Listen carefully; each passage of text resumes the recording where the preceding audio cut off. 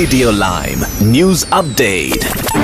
നമസ്കാരം, lime news അപ്ഡേറ്റ്സിലേക്ക് സ്വാഗതം. വാർത്തകളുമായി ഞാൻ നിപിൻ. ബ്രിട്ടനിലെ തൊഴിലില്ലായ്മ നിരക്ക് ഇനിയും ഉയർന്ന് റെക്കോർഡിലെത്തുമെന്ന് JP മോർഗൻ പ്രവചിക്കുന്നു. ദേശീയ മിനിമം വേതനത്തിലെ വർധനവും തൊഴിലുടമകൾക്ക് ബാധകമായ നാഷണൽ ഇൻഷുറൻസും വിഹിതത്തിലെ വർധനവും തൊഴിൽ വിപണിയെ മാറ്റിമറിച്ചതായിട്ടുള്ള റിപ്പോർട്ടുകൾ വ്യക്തമാക്കുന്നു. നിലവിലെ സ്ഥിതി ഓഫീസ് ഫോർ നാഷണൽ സ്റ്റാറ്റിക്സ് പ്രകാരം കഴിഞ്ഞ ഒക്ടോബർ-ഡിസംബർ കാലയളവിൽ തൊഴിലില്ലായ്മ നിരക്ക് 5.2%. JP മോർഗന്റെ പ്രവചനപ്രകാരം അടുത്ത കാലത്ത് തൊഴിലില്ലായ്മ 5.5%-ലെത്തും. അതിന്റെ കാരണങ്ങൾ ചാൻസലർ റേച്ചൽ റീവ്സ് കൊണ്ടുവന്ന നികുതി വർധനവ് തൊഴിലുടമകൾക്ക് കടുത്ത സമ്മർദ്ദം സൃഷ്ടിച്ചു എന്നതും വ്യവസായ സ്ഥാപനങ്ങളിലെ ചെലവ് വർദ്ധിച്ചതോടെ പുതിയ നിയമങ്ങൾ നിർത്തിവെച്ചതു എന്നതുമാണ്. കൂടാതെ സാങ്കേതിക രംഗത്തെ വളർച്ച തൊഴിലവസരങ്ങൾ കുറയുവാനും കാരണമായി. ലണ്ടനിൽ 16 വർഷമായി പ്രവർത്തിച്ചിരുന്ന റംഗ് റേസ് റെസ്റ്റോറന്റ് പൂട്ടുന്നതായി ഉടമ ഹർമൻ സിംഗ് കപൂർ പ്രഖ്യാപിച്ചു. പാകിസ്ഥാനി വംശജരുടെ ഉപദ്രവം സഹിക്കാനാവാത്തതിനാലാണ് ഈ കടുത്ത തീരുമാനമെടുത്തതെന്ന് അദ്ദേഹം പറഞ്ഞു.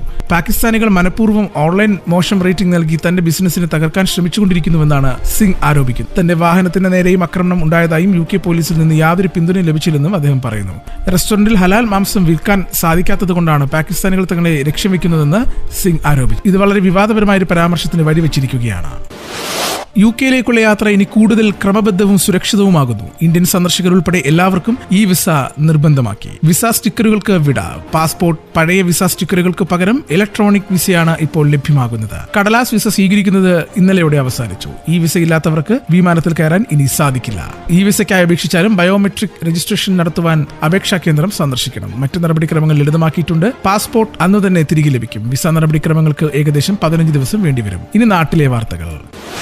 ഹർദീപ് പുരി, അനിൽ അംബാനി എന്നിവരെക്കുറിച്ചുള്ള എഫ്സ്റ്റീൻ ഫയലിലെ വിവരങ്ങൾ പുറത്തുവിട്ടത് പ്രധാനമന്ത്രി നരേന്ദ്രമോദിയെ ലക്ഷ്യം വെച്ചാണെന്ന് ലോക്സഭാ പ്രതിപക്ഷ നേതാവ് രാഹുൽ ഗാന്ധി. 3.5 മില്യൺ എഫ്സ്റ്റീൻ ഫയലുകൾ ഇനിയും പുറത്തു വന്നിട്ടില്ല. അത് US സർക്കാർ സൂക്ഷിച്ചു വെച്ചിരിക്കുകയാണ്. അതിൽ മോദിയെക്കുറിച്ചുള്ള വിവരങ്ങളുണ്ടെന്നും രാഹുൽ ആരോപിച്ചു. പേരാവൂർ തുണ്ടയിൽ കർഷകരുമായി സംവദിക്കുകയായിരുന്നു അദ്ദേഹം. പ്രധാനമന്ത്രി നരേന്ദ്രമോദി US പ്രസിഡന്റ് ഡൊണാൾഡ് ട്രംപുമായി ധാരണയായത് ഇന്ത്യയുടെ അടിത്തറ മാന്തുന്ന കരാറാണ്.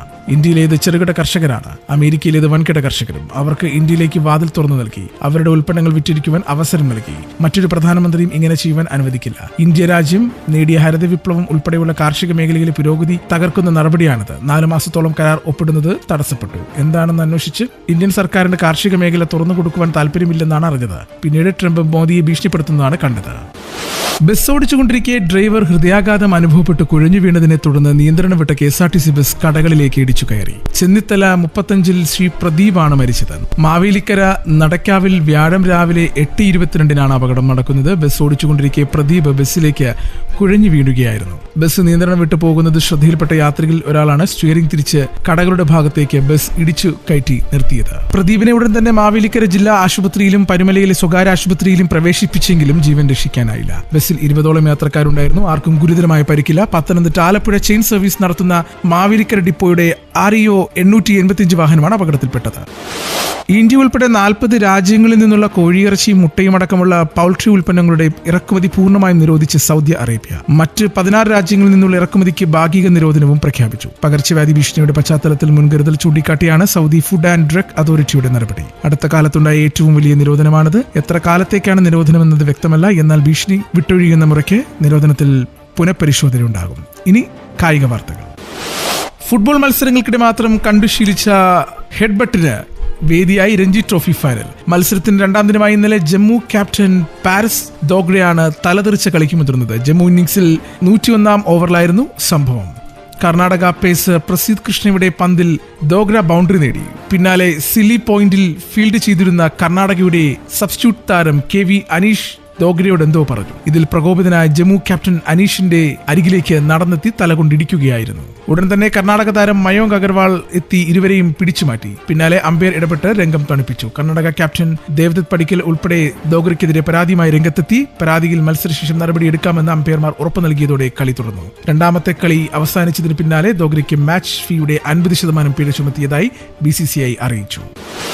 ഭീമനായ ഗോലിയാത്തിന്റെ മുൻപിൽ ബലവാനായ ദാവീദ് കല്ലും കവണയുമായി ചെന്ന ബൈബിൾ കഥ പോലെയാണ് ചാമ്പ്യൻസ് ലീഗ് ഫുട്ബോളിന്റെ ചാമ്പ്യന്മാരായ ഇന്റർ മിലാനും കുഞ്ഞൻ ക്ലബായ ബോഡോ ഗ്ലിറ്റും തമ്മിലുള്ള മത്സരം. പലരും കീഴടക്കാൻ ശ്രമിച്ചിട്ടും കഴിയാതെ പോയ ഗോലിയാത്തിനെ ദാവീദ് ഒറ്റയേറുകൊണ്ട് വീഴ്ത്തിയതുപോലെ കഴിഞ്ഞ വർഷത്തെ ചാമ്പ്യൻസ് ലീഗ് ഫുട്ബോൾ ഫൈനലിസ്റ്റുകളായ ഇറ്റാലിയൻ ക്ലബ് ഇന്റർ മിലാനെ ഇത്തവണ പ്രീ ക്വാർട്ടറിന്റെ പടിക്കൽ വെച്ച് ബോർഡോ വീഴ്ത്തി. പ്രീ ക്വാർട്ടറിലെത്തുവാനുള്ള അവസാന കടമ്പയായ ഇരുപാദ പ്ലേ ഓഫിന്റെ രണ്ടാം പാദത്തിൽ മിലാന്റെ തട്ടകമായ സാൻസിറോയിൽ 2-1 ബോർഡോയുടെ വിജയം. നേരത്തെ ആദ്യപാദ മത്സരത്തിൽ ബോർഡോ 3-1 ജയിച്ചതോടുകൂടി കണക്കാക്കുമ്പോൾ ഇരുപാദ സ്കോർ 5-2. ഗോൾ രഹിതമായ ആദ്യ പകുതിക്ക് ശേഷം 58-ാം മിനിറ്റിൽ ജെൻസ് പീറ്റർ ഹ്യൂഗ് ബോർഡോയ്ക്കായി ലക്ഷ്യം കണ്ടു.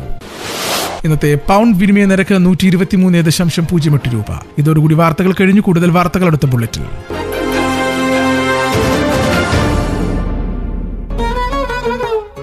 കൂടുതൽ വാർത്തകൾക്കും വിശേഷങ്ങൾക്കുമായി റേഡിയോ ലൈം ആപ്പ് ഡൗൺലോഡ് ചെയ്യൂ.